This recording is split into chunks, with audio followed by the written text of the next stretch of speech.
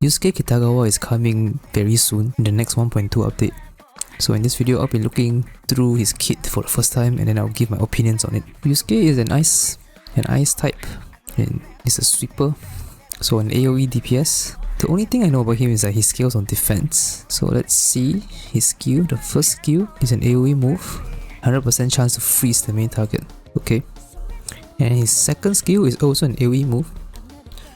So we say it's a defense scaling DPS, which is more unique, which also means that his teammates can be more limited because most of the teammates they buff attack, right, instead of defense. So it hit random enemies 5 times and it prioritizes opponents that are not tagged yet. And when you have shield, it increase the damage by 30% and decreases skill damage by 60% when attacking the same foe, up to maximum of 20%.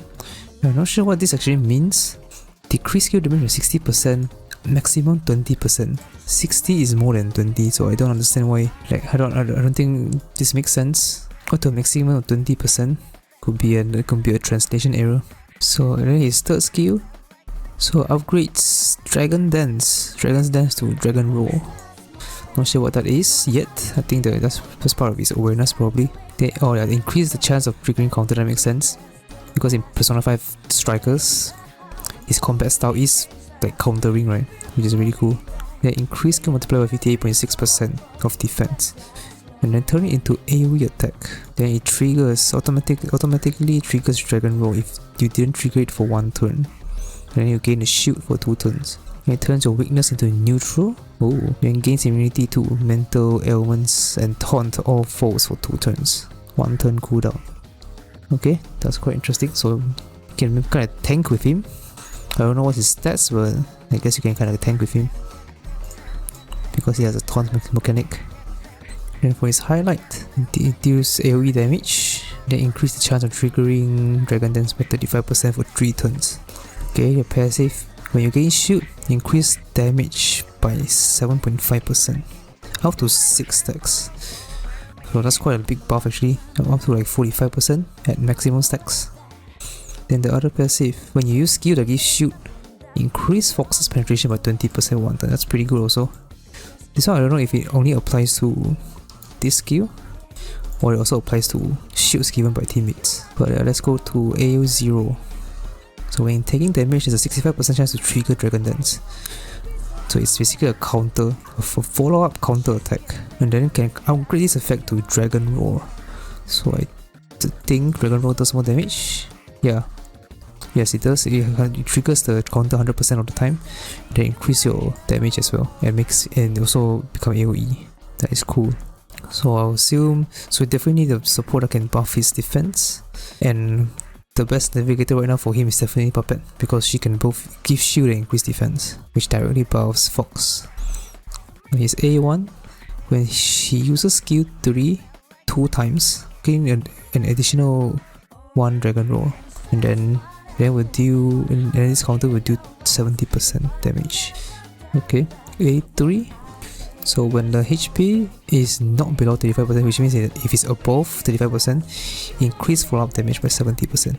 Okay, that's nice. So more damage to its counter. Then there's A5, which buffs the highlight, so that the counter damage is increased by 30%.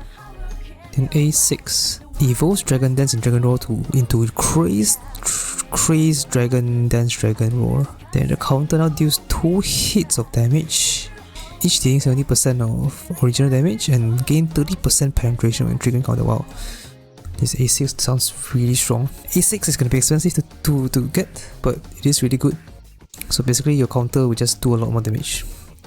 And he hit technically like double damage because it hits 2 times now, right? So that's really good. So apparently in the Chinese tier list, he is ranked really low, T4, T5, which means that he will not age well, and I can definitely see why. Because I think it's mostly because he's too niche. He is defense scaling, and there's not much defense buffing characters in the game right now, so his supports are limited.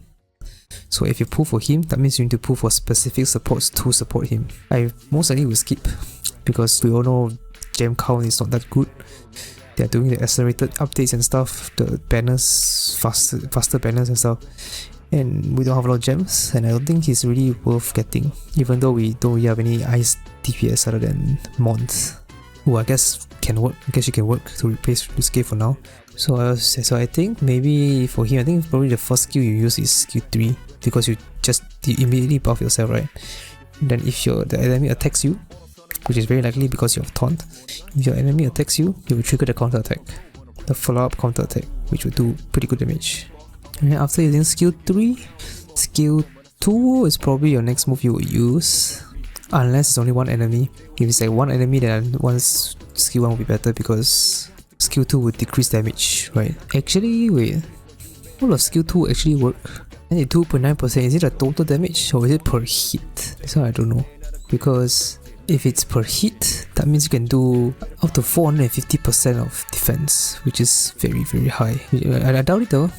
I think it's actually no, it's probably individual damage, but then your percentage will decrease as you hit the same enemy, right? By 30%, by 60%. So I'm not really sure how the damage calcs work, but I think skill 2 probably better, at least for many enemies, right? And the good thing about skill 3 is that it automatically gives you a shield, which will directly buff his damage from the passive. Both his passives actually, so giving shield is very important. And overall, I think it's going to be quite fun to use counter attacking. It sounds really fun, but personally I'll be skipping. And if you're free to play, I feel like you should skip as well.